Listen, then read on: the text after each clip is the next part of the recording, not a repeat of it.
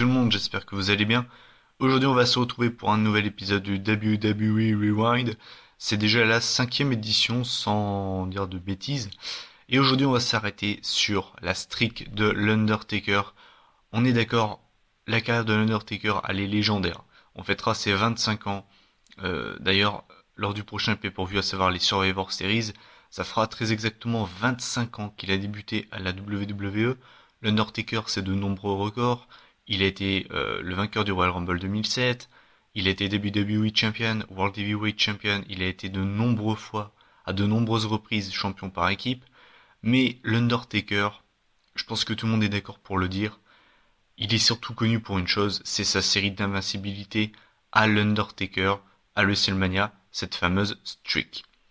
Donc on va aujourd'hui en fait revenir sur cette fameuse streak. Je vais tout simplement déjà vous donner tous ses adversaires, donc à savoir que il a affronté 3 superstars au moins 2 fois. Donc il a affronté Shawn Michaels et Kane à 2 reprises, ainsi que Triple H 3 fois. Donc Triple H est sa victime préférée. Il a également affronté une fois, attention, 1, 2, 3, c'est parti, Bray Wyatt, Brock Lesnar, CM Punk, Edge, Batista, Mark Henry, Randy Orton, match handicap face à A-Train et le Big Show, Ric Flair, Big Boss Man, Zico Sid, Diesel, King Kong Bundy, le Giant Gonzalez, Jake the Snake Roberts et enfin sa première victime, Jimmy Superfly Snuka. Donc ça fait beaucoup de superstars quand même. Et en fait aujourd'hui je vais vous donner en fait pour moi les 5 superstars qu'il a déjà affrontés qui pour moi auraient pu briser la streak. Et enfin 5 superstars qu'il n'a jamais affrontés mais qui pour moi avaient les épaules pour peut-être venir à bout de la streak. Bien évidemment c'est un classement subjectif mais j'ai quand même essayé d'être un minimum objectif. Et à la fin de cette vidéo je vous demanderai tout simplement votre avis. Donc c'est parti. On va donc faire dans l'ordre chronologique. On s'arrête tout d'abord en 2005 à WrestleMania 21. Donc il avait affronté le Legend Killer Randy Orton. Pourquoi pour moi il avait les épaules pour briser la streak et pour moi pourquoi ça ne m'aurait pas choqué? Tout simplement parce que la réponse est dans son surnom, le tueur de légende. Imaginez Randy Orton débarque à Raw en disant écoutez, je suis le tueur de légende, j'ai déjà battu des superstars légendaires. Si je me trompe pas d'ailleurs il avait battu Kamala, Tito Santana aussi. Et puis il arrive et puis voilà, il dit bah écoutez je défie l'Undertaker, c'est moi le tueur de légende et je vais briser sa streak.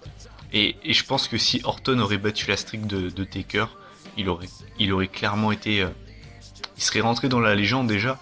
Et surtout ça aurait très bien pu, comment dire, ça l'aurait directement placé dans les main-eventers, dans le haut de l'affiche quoi. Il en serait vraiment jamais sorti. Et je pense qu'il aurait eu encore une carrière plus remplie que celle qu'il a eu déjà très très bien, hein, mais bon, je pense qu'il aurait eu encore plus d'impact dans la compagnie. Ensuite on fait un bond en 2010 à WrestleMania 26, donc l'Undertaker affrontait Shawn Michaels dans un match où HBK mettait sa carrière en jeu et forcément l'Undertaker sa streak. Pour moi c'était, et je l'ai toujours dit, hein, pour moi ça aurait dû être la fin de la streak ce soir-là. Imaginez Shawn Michaels et l'Undertaker qui font un double compté et finalement ou alors encore mieux vous avez le Hell's Gate de l'Undertaker. Shawn Michaels se relève, ce qui fait que les épaules du Taker sont au sol, l'arbitre compte et au compte de 3 Shawn Michaels tape double, on va dire match nul quoi, double fin. Du coup, Shawn Michaels peut prendre sa retraite, l'Undertaker a sa streak brisée. Et pourquoi Shawn Michaels? Tout simplement parce qu'il s'appelle Mr. WrestleMania, et que Mr. WrestleMania qui bat celui qui est battu à WrestleMania, je pense que ça aurait pas beaucoup dérangé beaucoup de personnes. Ensuite, on va passer à Triple H, le Sabre Assassin, c'était à WrestleMania 28, c'était dans la fin d'une ère, the end of an era, dans un Hell in a Cell. Là, il y avait tout qui était réuni. La superstar en face, parce qu'on peut se le dire, Triple H est une légende vivante. La stipulation, Hell in a Cell match, qui je pense est à la hauteur de la streak. Et puis surtout, déjà bon, il y avait également l'arbitre qui était Shawn Michaels, donc encore un côté légendaire en plus. Et puis surtout, ben, c'était le nom qu'on a donné autour de ce match, la fin d'une ère. Je pense que tout était réuni encore une fois pour briser cette streak. Et finalement, bah non, ça ne l'a pas fait. Et d'ailleurs, ça a été un énorme troll, hein, la fin d'une ère, puisque bah, comme vous devez le savoir, Triple H et Undertaker catch encore aujourd'hui, donc on peut le dire, ça fait partie de l'un des plus gros trolls de l'histoire, hein, on peut le dire clairement. Ensuite, on va passer, là, on va encore me dire que ce n'est pas objectif, mais je peux vous jurer que, en tout cas, j'essaie vraiment de l'être. Je vais bien évidemment parler de CM Punk, Mr. Best in the World. Alors, vous allez me dire, ouais, t'es pas objectif parce que t'es fan de CM Punk, tu t'appelles Anaconda Vice, mais pour moi, CM Punk avait encore une fois été crédible pour venir à bout de la streak du Taker. Il venait de sortir d'un de 434 jours en tant que WWE Champion, record historique de la compagnie sur ces 20 dernières années. Il est encore très crédible. L'Undertaker, pour moi, aurait très bien pu perdre contre CM Punk, parce qu'en plus de ça, la victoire de Punk, non seulement aurait été crédible vis-à-vis de la streak, mais en plus de ça, ça aurait permis à Punk de rester vraiment... comment dire, de rester crédible, quoi. Ça veut dire, certes, je suis plus champion. D'ailleurs, j'ai le record du nombre de jours de règne de champion. Mais en plus de ça, moi, je suis venu au bout de la streak. Donc, on peut le dire, ça aurait été tout simplement énorme. Et moi, en tout cas, ça ne m'aurait pas choqué que The Voice of the Voiceless vienne à bout du Deadman. Et enfin, la dernière superstar du top 5 qu'il a déjà affronté, qui pour moi aurait pu, et je pense dû venir à bout de la streak, c'est The Ether of World, Bray Wyatt. Pourquoi ? Tout simplement parce qu'il s'autoproclame The New Face of Fear, et cet affrontement aurait très bien pu être le passage de torche, passage de flambeau. C'est vraiment dommage. Moi, je pense qu'ils sont passés vraiment à côté de quelque chose avec Bray Wyatt. Et ça me saoule en fait. Ça me saoule qu'il ait perdu contre Taker et que ça a été donné à Lesnar. Je pense qu'une victoire de Bray Wyatt aurait vraiment été bien, parce que ça aurait pu permettre ce fameux passage de torche. Et je pense qu'ils sont passés à côté de quelque chose. Surtout qu'en plus, Bray Wyatt avait tout fait pendant la road to WrestleMania. Le Taker, on l'a pas vu une seule fois à Raw. Donc clairement, oui, j'ai encore sa défaite à WrestleMania en travers de la gorge. Mais excusez-moi, mais bon, bref. On s'éloigne du sujet. Donc ça, c'était le top 5 qu'il avait déjà affronté. Là maintenant, on va passer au top 5 qu'il n'a jamais affronté. Voilà, donc on commence avec Maître Gims. Oula, par contre là je me suis trompé. Attendez, voilà. Là c'est le bon. Donc on va commencer avec Kurt Angle. Alors pourquoi pour moi celui-là aurait pu venir à bout de la streak ? Tout simplement parce que Kurt Angle vs Undertaker, on a déjà eu ça. Pour ceux qui n'ont jamais vu leur match à No Way Out 2006, je vous supplie d'aller voir ce match. Vous allez juste kiffer, c'est un 5-star match. Il est tout simplement exceptionnel, c'est l'un de mes matchs préférés. Il est tout simplement énorme. Et imaginez Kurt Angle contre l'Undertaker dans un Iron Man match pour venir avec la streak de l'Undertaker en jeu face au WWE Championships de Kurt Angle. Ça aurait été tout simplement énorme. Imaginez un Iron Man match entre les deux, ça aurait été énorme. Franchement, j'aurais juste kiffé. Et je pense que Kurt Angle aurait vraiment mérité de venir à bout de la streak. C'est l'un des catcheurs les plus respectés de ce milieu. C'est l'un des plus gros palmarès de l'histoire du catch. Et pour moi, il aurait vraiment mérité de venir à bout de la streak. Ensuite, la deuxième superstar, ça va peut-être vous surprendre, mais Daniel Bryan. Alors encore une fois, vous allez me dire que je ne suis pas objectif. Mais moi, Daniel Bryan, je pense qu'il aurait pu venir à bout de la streak de cette façon-là. Daniel Bryan, donc vous oubliez tout ce qui est Yes Movement. Mais vraiment, vous oubliez tout ce qui est Yes Movement, tout ça, ça n'a jamais existé. Vous buildez Daniel Bryan en tant que main eventer, invaincu depuis ses débuts. On va dire qu'il fait ses débuts depuis, qui est vraiment invaincu depuis très longtemps. Voilà, qui est invaincu depuis très longtemps et qui bat tout le monde avec sa submission, le Yes Lock. Il arrive à WrestleMania et puis il dit je défie l'Undertaker et on verra s'il va réussir à ne pas abandonner. Et je pense que s'ils auraient construit Daniel Bryan autour de ce personnage de machine à soumission qui arrive à faire soumettre vraiment tout le monde, c'est-à-dire que on l'aurait déjà vu faire soumettre le Great Khali, le Big Show, enfin vraiment tous les plus gros. Et je pense que ça aurait pu être vraiment énorme de voir l'Undertaker abandonner à WrestleMania. et Daniel Bryan aurait tout simplement été beaucoup plus...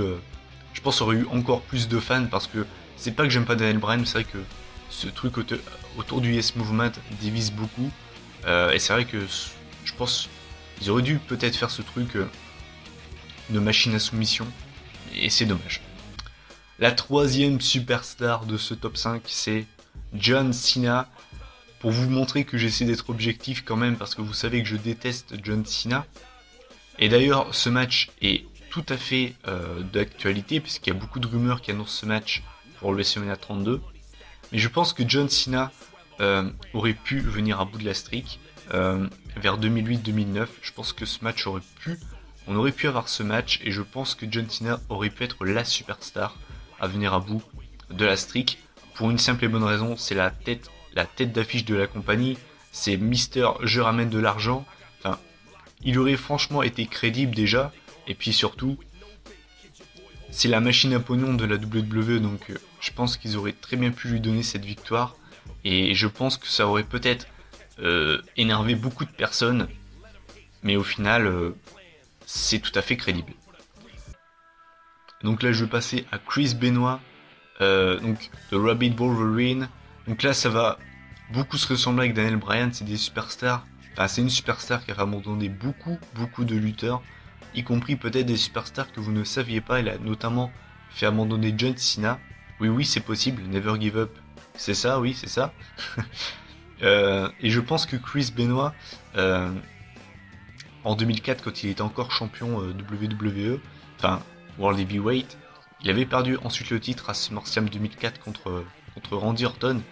Et je pense qu'ils auraient très bien pu faire une storyline du style Benoit qui enchaîne les défaites contre des superstars vraiment pas bonnes, vraiment dans le mid-card voire low-card. Et Chris Benoit qui nous fait une Rocky qui se reprend en main et qui se bat un peu contre... qui se dit voilà, c'est ça le vrai Chris Benoit, j'ai gagné à WrestleMania 20, je suis pas n'importe qui. Et qui remonte petit à petit les échelons en redevenant main eventer et en défiant l'Undertaker à WrestleMania pour WrestleMania 21. Chris Benoit qui aurait fait abandonner l'Undertaker, ça aurait été tout simplement énorme. Et je pense qu'à l'époque, ça aurait pas choqué beaucoup de personnes de voir l'Undertaker abandonner face à Benoit, parce que Benoit c'était vraiment le monstre des soumissions, et vraiment ça m'aurait pas franchement choqué. Et enfin, la dernière superstar de ce top 5, qui pour moi aurait pu battre la streak de l'Undertaker, c'est nul autre que de Texas Rattlesnake, Stone Cold Steve Austin. À savoir que Stone Cold Steve Austin, c'était le John Cena de l'Attitude Era, c'est celui qui rapportait beaucoup d'argent à la compagnie. J'avais une stat, je ne suis pas sûr de ses fondements, mais je crois à l'époque de l'Attitude Era que Stone Cold vendait un t-shirt à son effigie tous les 20 secondes environ. Je sais pas si vous imaginez un peu, c'est fou, c'est fou. Et moi je pense que ça aurait pas... Enfin, je pense que ça aurait pu se faire, dans le sens où Stone Cold était vraiment la tête d'affiche de la compagnie, c'est celui qui rapportait de loin le plus d'argent, il était adulé des fans, et Stone Cold face à l'Undertaker pour la streak en jeu, ça aurait quand même envoyé du lourd sur la carte, et j'aurais beaucoup aimé voir ce match. En tout cas, je pense que ça aurait vraiment été énorme, surtout avec une stipulation du style hardcore match. On aurait pu avoir un excellent match entre les deux, et pour moi Stone Cold aurait été crédible pour venir à bout de la streak. Voilà, donc cette vidéo est terminée. Comme d'habitude, je vous invite à donner votre avis en commentaire. Je vais quand même donner mon avis sur Brock Lesnar avec la question existentielle. Est-ce que Brock Lesnar aurait dû être la personne qui a venu à bout de la streak? Pour moi, non. Quand on voit qu'on a donné la streak à ce mec, je me dis qu'il y a un problème. Non, bien sûr, c'est une blague, mais non, pour moi, franchement, sérieusement, Lesnar n'aurait pas dû venir à bout de la streak. Ça a beau être une superstar très crédible, j'aurais préféré voir une légende ou une autre superstar venir à bout de la streak, comme je pense beaucoup de personnes.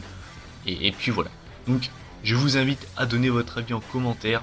Donnez votre avis sur Lesnar. Est-ce que selon vous c'était la superstar qui devait venir à bout de la streak? Quelle superstar qu'il a déjà affronté selon vous avait les épaules pour gagner? Quelle superstar qu'il n'a jamais affronté avait les épaules pour gagner, ou bien tout simplement, est-ce que pour vous, l'Undertaker aurait dû avoir sa streak non brisée? Voilà, c'est très intéressant, j'attends vos réactions. Moi je vous dis à la prochaine, donc ce sera la vidéo FAQ. Par contre, je peux pas vous donner de date, elle sortira très certainement minimum milieu de semaine prochaine, grand maximum fin de semaine, pour la simple et bonne raison que j'ai reçu beaucoup de questions, donc déjà la vidéo sera longue, et je vais essayer de la rendre un minimum intéressante. Je dis pas que je vais faire de la magie, dire. Mais bon, je vais essayer de faire quelque chose d'intéressant quand même. Donc voilà, moi je vous dis à la prochaine, prenez soin de vous.